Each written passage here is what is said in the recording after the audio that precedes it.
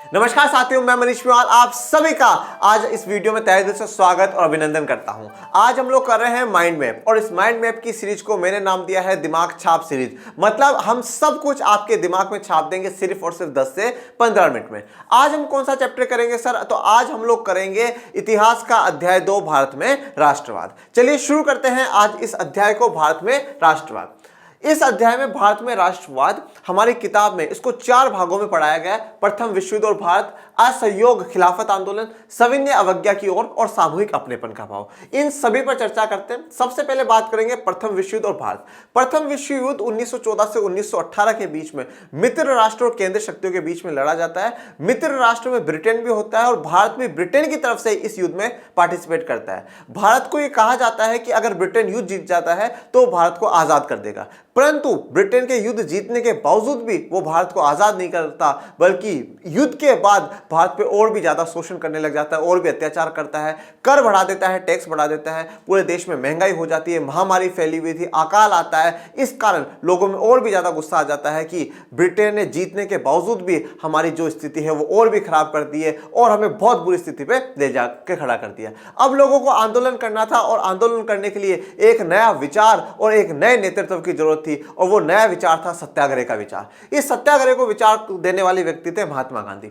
महात्मा गांधी जनवरी 1915 में भारत लौटते हैं। महात्मा गांधी दक्षिण अफ्रीका में थे और उनका सत्याग्रह का विचार ये कहता है कि हमें जो भी लड़ाई लड़नी हो सत्य के आधार पर लड़नी है, हमें अहिंसा के रास्ते पर हम लोगों को चलना है। और बापू ने इन बातों को सत्य करते हुए सबसे पहले 3 सत्याग्रह करे। चंपारण सत्याग्रह 1917 में। चंपारण सत्याग्रह बिहार में था, जो कि किसानों के लिए था। किसानों को वहां पे नील उगाने के लिए मजबूरन उनको कहा जा रहा था कि आप नील उगाइए, परंतु किसान नहीं उगाना चाहते थे। तो बापू ने वहां पर जाके किसानों की मदद करी और अंग्रेजों को घुटने के बल लिटा दिया।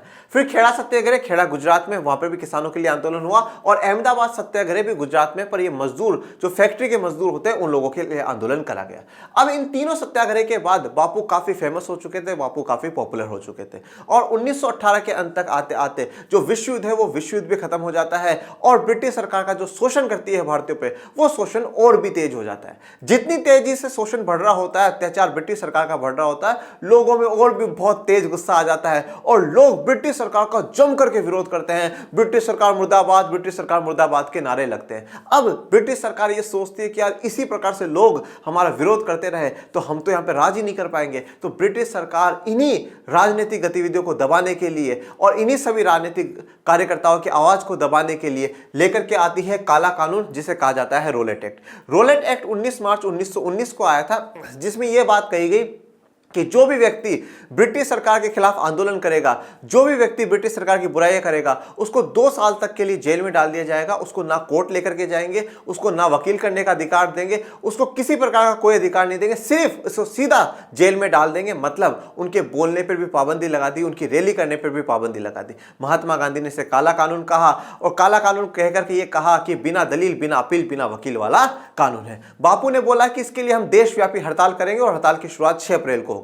जैसे ही हड़ताल की शुरुआत होती है, महात्मा गांधी को पुलिस अरेस्ट कर लेती है और यह पूरा ज्यादा जो कार्यक्रम हो रहा था वो पंजाब में हो रहा था, क्योंकि पंजाब में जबरन भर्ती करी गई थी। लोगों में गुस्सा था और फिर सत्यपाल और सैफुद्दीन किचलू को पुलिस अरेस्ट कर लेती है तो लोगों में और भी गुस्सा आता है। फिर 10 अप्रैल को अमृतसर में एक शांतिपूर्ण जुलूस लोग निकाल रहे थे, पर पुलिस ने बहुत भयंकर गोलीबारी करी, लोगों को मारा।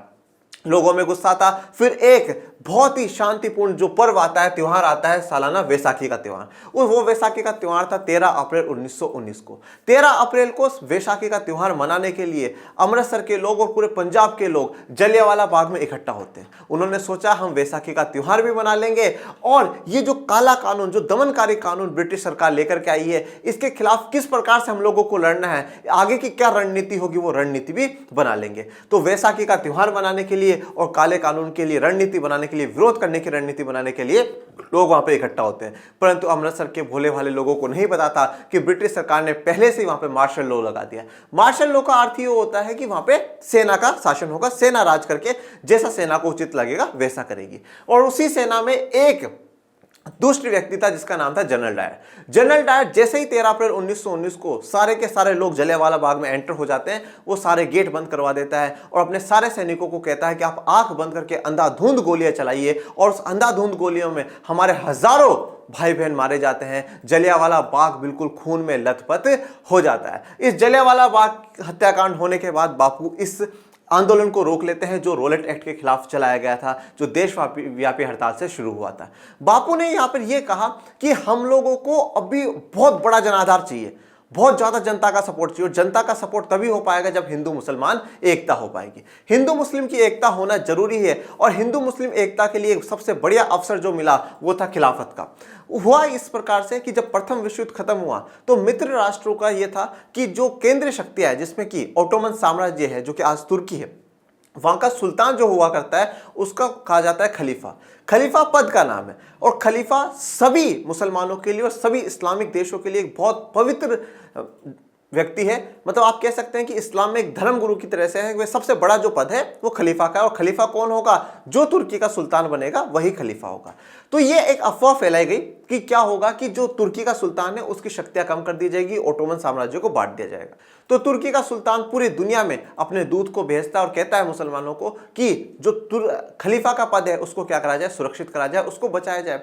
तो यहां पर भी वो लोग आते हैं और यहां पर आकर के मोहम्मद अली और शौकत अली से मिलते हैं। तो मोहम्मद अली और शौकत अली उनको बात को समर्थन करते हैं। मोहम्मद अली शौकत अली ने देश के मुसलमानों से चर्चा करना शुरू करा, और उसी समय वो महात्मा गांधी से मिलते हैं, और महात्मा गांधी से मिलकर कहते हैं कि खलीफा का पद सुरक्षित होना चाहिए, खलीफा की जो शक्तियां हैं वो शक्तियां नहीं टूटनी चाहिए, और शक्तियां जो तोड़ रही हैं वो ब्रिटेन तोड़ रही हैं, क्योंकि ब्रिटेन मित्र राष्ट्र में है, तो हम भी ब्रिटेन का विरोध करते हैं। और इसलिए एक बनाई गई खिलाफत समिति मार्च 1919 में, और उस खिलाफत समिति का जो अध्यक्ष बनाया गया वो महात्मा गांधी को बनाया गया। अब खिलाफत समिति बनाई गई और एक आंदोलन चलाया जाना था जिसका नाम था असहयोग आंदोलन। असहयोग आंदोलन इसलिए चलाना था कि एक तो जो खलीफा के खिलाफ जो काम ब्रिटेन सरकार कर रही है, मित्र राष्ट्र कर रहे हैं, उसको रोक दे, और देश में जो जुल्म हो रहे हैं, जो अत्याचार हो रहे हैं, उन अत्याचारों को रोक करके स्वराज हम लोगों को दे दे। असहयोग में महात्मा गांधी का कहना था कि हम लोगों को क्या करना है, ब्रिटिश सरकार से असहयोग करना है, हमें किसी भी प्रकार का ब्रिटिश सरकार को सहयोग नहीं करना। 1909 में वो एक किताब लिखते हैं जिसका नाम था हिंद स्वराज।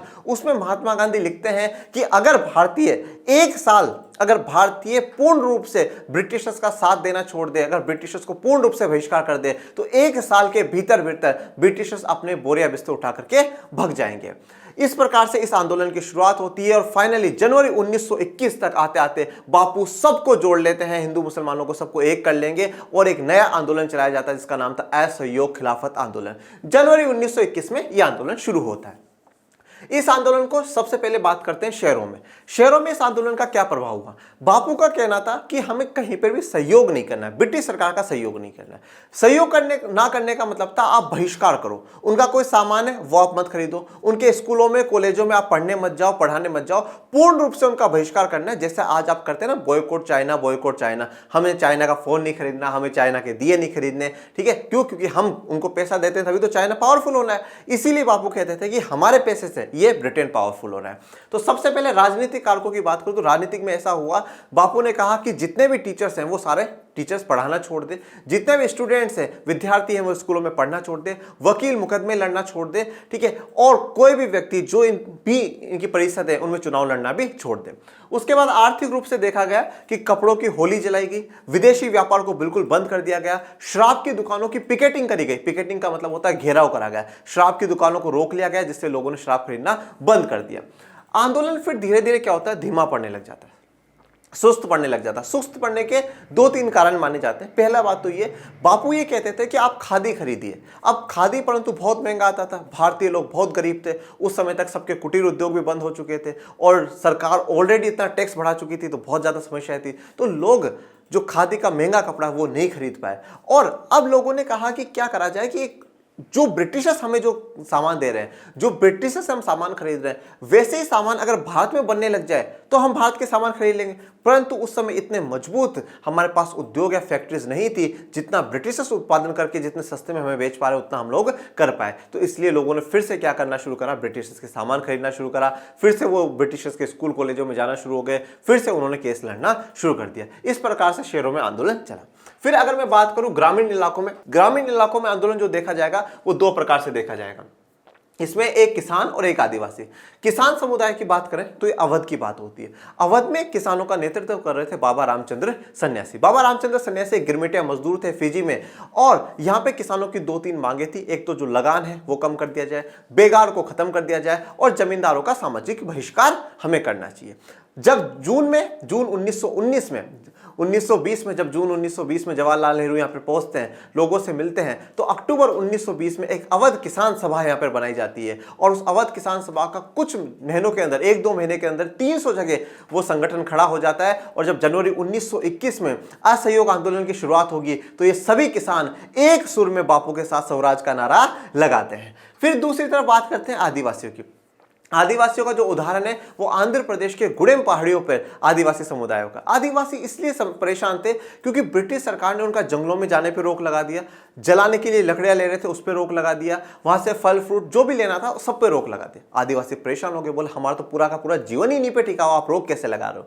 तो उन्होंने छापामार युद्ध शुरू कर दिया। छापामार या गुरिल्ला युद्ध एक ऐसा युद्ध होता है जहां पर आप वार कर करके वापस छुप जाते हो।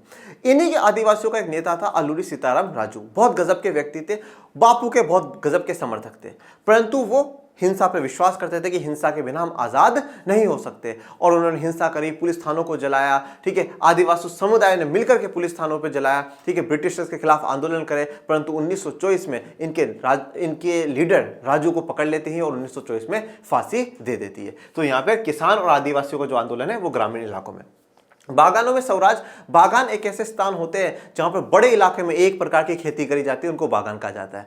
अब बागानों में एक एक्ट आया 1859 में, 1859 में इनलैंड इमिग्रेशन एक्ट आता है। उसके तहत यह कहा गया कि जितने भी लोग यहाँ पे काम कर रहे हैं वो बिना परमिशन के कभी भी यहाँ से बाहर नहीं जा सकते, और उनको ऐसी परमिशन मिलती भी नहीं थी। परंतु जब 1921 में असहयोग आंदोलन के लिए बापू का स्वराज का नारा गूंजता है, तो वहां से ये जो किसान है बागानों में जो काम कर रहे हैं वो भागने की कोशिश करते हैं, परंतु ब्रिटिश सरकार उनको पकड़ के खूब ज्यादा दंडित करती है, उनको खूब सजा देती है। फाइनली अब समय आ चुका था इस आंदोलन के खत्म होने का।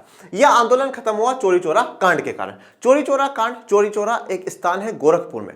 गोरखपुर कहां पर है? यूपी में। 5 फरवरी 1922 को वहां पर जनता और पुलिस के बीच में झड़प हो जाती है, लड़ाई हो जाती है, और जो जनता गुस्से में थी उसने पुलिस स्टेशन को फूंक दिया, जला दिया, और 21 से 22 जो पुलिसकर्मी थे उनको मार दिया। तो बापू को इस बात से थोड़ा सा दुख होता है कि हम अहिंसा के रास्ते पर चलना चाहते हैं, हम हिंसा नहीं करना चाहते। इसलिए फिर 12 फरवरी 1922 को बापू जो असहयोग आंदोलन है उसको वापस ले लेते हैं, उसको खत्म कर लेते हैं। फिर बापू को पुलिस अरेस्ट कर लेती है, 6 साल की सजा सुनाती है, परंतु स्वास्थ्य खराब होने के कारण 2 साल में उनको 2-3 साल में छोड़ दिया जाता है। यहां पर असहयोग खिलाफत आंदोलन समाप्त हुआ। फिर उसके बाद बात आई सविनय अवज्ञा आंदोलन की। सविनय अवज्ञा आंदोलन जैसे ही चोरी चोरा का बाद असहयोग आंदोलन को वापस ले लिया गया, तो स्वराज पार्टी का गठन करा गया। स्वराज पार्टी का गठन करने वाले CR दास और मोतीलाल नेहरू थे, जो ये चाहते थे कि 1919 में जो सरकार ने ये कहा है कि आप विधान परिषदों में जाकर के चुनाव लड़ सकते हो, तो उनका मानना था कि हम उन परिषदों के अंदर जाए और वहां पर जाकर के ब्रिटिश सरकार का हम लोग विरोध करें। अगर हम राजनीति से दूर रहेंगे तो कभी भी हम लोग इन पर दबाव नहीं बना पाएंगे। तो कांग्रेस के भीतर स्वराज पार्टी का गठन करा गया। अब उसी समय 1923 के बाद ऐसा दौर शुरू हुआ जब 2 बड़े मुद्दे थे जिन्होंने फिर से भारतीयों में जोश भर दिया। एक था विश्वव्यापी आर्थिक मंदी।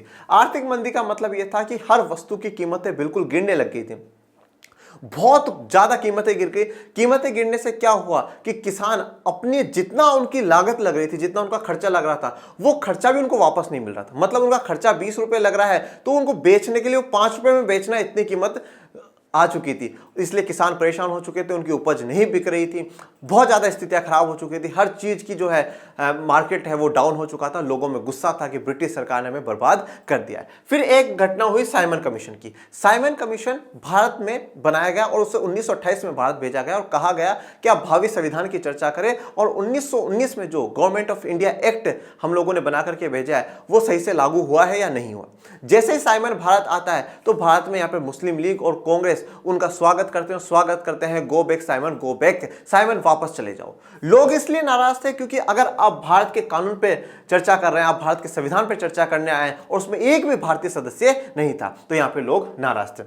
अब साइमन कमीशन को गो बैक के नारे सुनने पड़ते हैं। तो साइमन कमीशन उस समय जो भारत के वाइसरॉय थे लॉर्ड इरविन, उनको कहते हैं यार मुझसे तो ये बिल्कुल भी सही से पेश नहीं आ रहा है, मुझसे तो गो बैक के नारे लगाते हैं। तो लॉर्ड इरविन जो वाइसरॉय थे उन्होंने भारत के नेताओं से कहा कि हम आपको डोमिनियन स्टेटस दे देंगे। ये बात कब कही गई? अक्टूबर 1929। डोमिनियन स्टेटस में ये कहा गया कि आप पूर्ण रूप से स्वतंत्र होंगे, बस एक नाम मात्र जो ब्रिटेन का हेड होगा, मतलब जो ब्रिटेन का मुखिया होगा जैसे कि राजा या रानी, वो आपका भी मुखिया होगा, सिर्फ और सिर्फ नाम मात्र।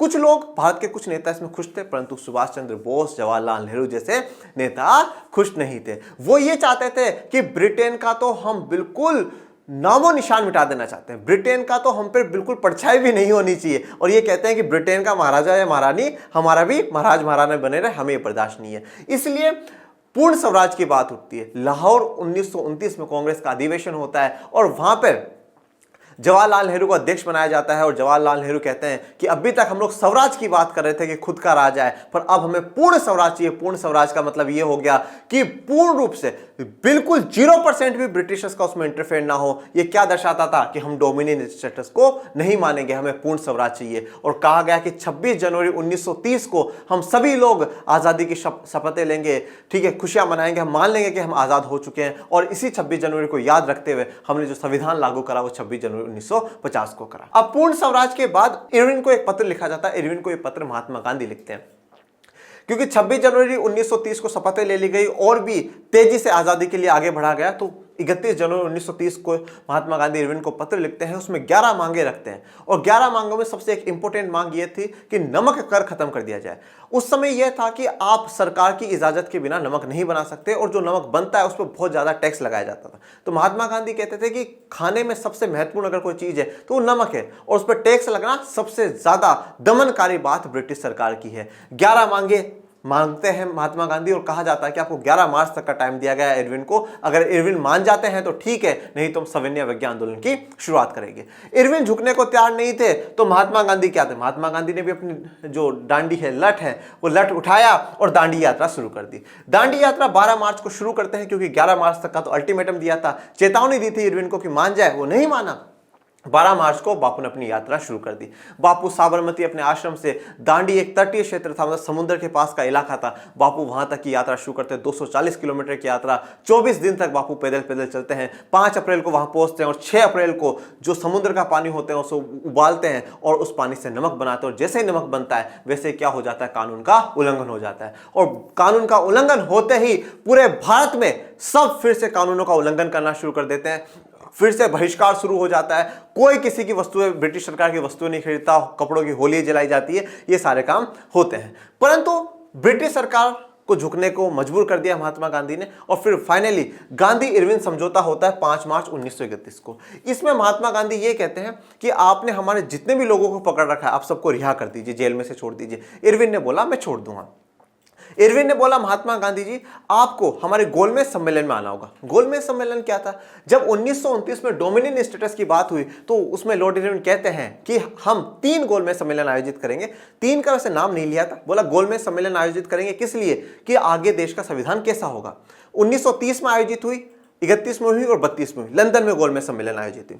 तो महात्मा गांधी को दूसरी गोलमेज सम्मेलन के लिए इनवाइट कर लिया जाता, महात्मा गांधी मान जाते हैं। दिसंबर 1931 में गोलमेज सम्मेलन में महात्मा गांधी जाएंगे, वहां जाते हैं, परंतु ब्रिटिश सरकार उनकी एक भी मांग को नहीं मानता है और बापू नाराज होकर के भारत लौट जाते हैं। बापू जैसे ही भारत लौटते हैं तो बापू को पता चलता है यार यहाँ पे तो और भी ज्यादा स्थितियां खराब है। जवाहरलाल नेहरू जैसे बड़े बड़े नेता को पुलिस ने अरेस्ट कर रखा है, जेल में डाल रखा है। तो बापू काफी ज्यादा निराश हो जाते हैं। जो आंदोलन इस समझौते से पहले वापस ले लिया गया था, अब बापू उस आंदोलन को वापस शुरू करते हैं, क्योंकि बापू की कोई भी मांग नहीं मानी गई, कोई भी बात उनकी गोलमेज सम्मेलन में नहीं मानी गई। तो बापू फिर से आंदोलन को शुरू करते हैं। परंतु अब लोगों में थोड़ी सी निराशा थी, उतना उत्साह था नहीं कि बापू बार बार में आंदोलन ले लेते हैं। तो और कोई भी डिमांड पूरी नहीं हुई है अभी तक, हमारी ब्रिटिश सरकार हमारी किसी बात को नहीं मान रही है। तो 1932 में आंदोलन शुरू होता है, परंतु सक्सेस नहीं होता और 1934 में वो आंदोलन खत्म हो जाता है। लोगों ने सविनय अवज्ञा आंदोलन में किस प्रकार से हिस्सा लिया? संपन्न किसानों ने बढ़ चढ़ करके हिस्सा लिया। संपन्न किसान, जो अमीर किसान थे, वो चाहते थे कि सरकार उनका लगान कम कर दे। गरीब किसानों की चाहत थी कि लगान भी कम कर दिया जाए और जमींदार अपनी जमीनों का जो किराया हमसे ले रहे हैं वो किराया भी हमारा माफ कर दिया जाए। श्रमिक जो मजदूर थे वो चाहते थे कि उनका वेतन बढ़ा दिया जाए और जो कार्य परिस्थितियां हैं उनमें सुधार आ जाए। व्यवसायी वर्ग चाहता था कि हमारा जो व्यापार है वो ज़्यादा से ज़्यादा बढ़े और जो ब्रिटिश सरकार हम पे रोक टोक लगाती है वो रोक टोक हट जाए। औरतों ने भी गजब का योगदान यहाँ पे दिया। दांडी यात्रा में बापू के साथ साथ चलती है, जो विदेशी कपड़ों की होली जलाना, औरतों का भी गजब का योगदान इसमें रहा। फिर बात करते हैं सविनय अवज्ञा की कुछ सीमाएं रही।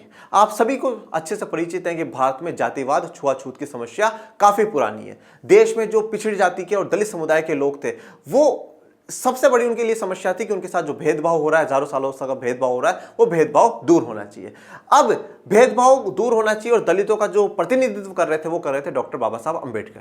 डॉक्टर बाबा साहब अम्बेडकर कर रहे थे और गोलमेज सम्मेलन में वो डिमांड करते हैं पृथक निर्वाचन क्षेत्र की। उसमें यह कहा गया कि दलित, जहां से दलित खड़ा होगा वहां दलित ही वोट करेगा, ठीक है। और ऐसा नहीं है कि ये बात पहले ही दलितों के लिए हो चुकी है, मुसलमानों को पृथक निर्वाचन क्षेत्र मिल चुका था, सिखों को मिल चुका था। तो बाबा साहब कहते हैं कि दलितों की स्थिति सबसे ज्यादा बुरी है, ठीक है। चाहे किसी भी समुदाय से अगर आप तुलना करेंगे, दलितों के पिछड़ों की स्थिति सबसे बुरी है। परंतु इस बात के लिए ब्रिटिश सरकार मान जाती है और जब बाबा साहब अम्बेडकर भारत लौटते हैं और महात्मा गांधी को यह बात पता चलती है कि नहीं, पृथक निर्वाचन क्षेत्र दलितों को दिया जा रहा है, तो महात्मा गांधी थोड़े से नाराज होते हैं और कहते हैं कि इससे देश की जो एकता है वो टूटेगी, हिंदू समुदाय की जो एकता है वो टूट जाएगी। इसलिए यरवदा जेल में 24 सितंबर 1932 को पूना पैक्ट होता है, पूना समझौता। पूना जगह का नाम है क्योंकि वहां पे यरवदा जेल में महात्मा गांधी थे। वहीं पर बाबा साहब अम्बेडकर को बुलाया जाता है और कहा जाता है कि डॉक्टर अम्बेडकर आप पृथक निर्वाचन क्षेत्र की मांग को छोड़ दीजिए, हम आरक्षण की व्यवस्था करेंगे, जिसमें क्या होगा, कुछ सीटें,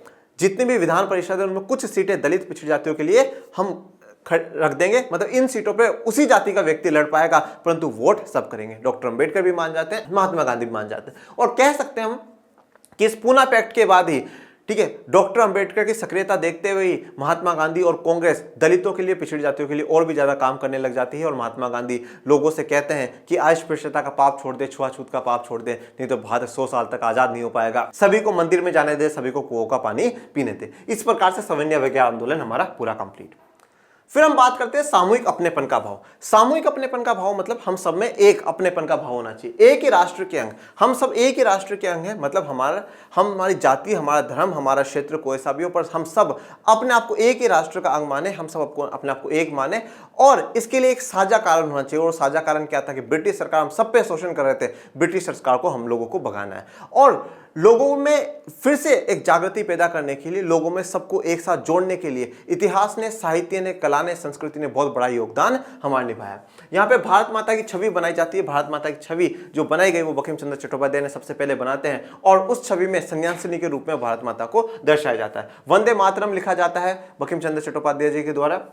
मद्रास में नटेश शास्त्री जो तमिल की जितनी भी वहां की लोक कथाएं होती हैं उन सबको एक साथ जोड़ते हैं और कहते हैं यही देश में सच में जो रियलिटी है वो यही है। और लोगों को पढ़ाते हैं, सुनाते हैं और कहते हैं कि देखो हमारा कितना गौरवशाली इतिहास था, ये ब्रिटिशर्स हमें गुलाम बना रहे हैं, बताओ इन लोगों की हैसियत है हम लोगों को गुलाम बनाने की। इस प्रकार से फिर बंगाल में स्वदेशी आंदोलन में एक तिरंगा तैयार हो जाता है जो हरा, पीला, लाल रंग का था। और फिर फाइनली 1921 में स्वराज का जो झंडा है, सफेद, हरा और लाल, जो गांधी जी का झंडा होता है, उसमें मध्य में चरखा लगाया जाता है, ये भी तैयार हो जाता है। और जब ये झंडा लेकर के जनता चल रही होती है तो ब्रिटिश सरकार की धड़कनें धक धक धक धक धक हिलने लग जाती है और भारी जनसंख्या ब्रिटिश सरकार के दफ्तरों की तरफ चलती है, नारेबाजी लगाते हुए चलती है। और इसी प्रकार से जो हमारे भारत में राष्ट्रवाद का जो चैप्टर है वो कंप्लीट हो गया। मैं उम्मीद करता हूं कि इस जितनी भी देर का ये वीडियो है उसमें आपको ये चैप्टर बिल्कुल दिमाग में छप गया होगा। अगर आपको इस चैप्टर का डिटेल देखना हो तो हमने वन शॉट बनाया है, और अगर और भी ज्यादा डिटेल में देखना हो तो आपको इसके लेक्चर्स आपको YouTube पे अवेलेबल है। पढ़ते रहे, आगे बढ़ते रहे और मुझे बताइएगा कि कितना आपको दिमाग में छपा, कितना नहीं, और कैसा लगा ये लेक्चर। और ज्यादा से ज्यादा लाइक, शेयर, सब्सक्राइब कर दीजिएगा। मिलते हैं एक नेक्स्ट ऐसे ही धमाकेदार वीडियो में, तब तक के लिए थैंक यू सो मच। जय हिंद, जय भारत।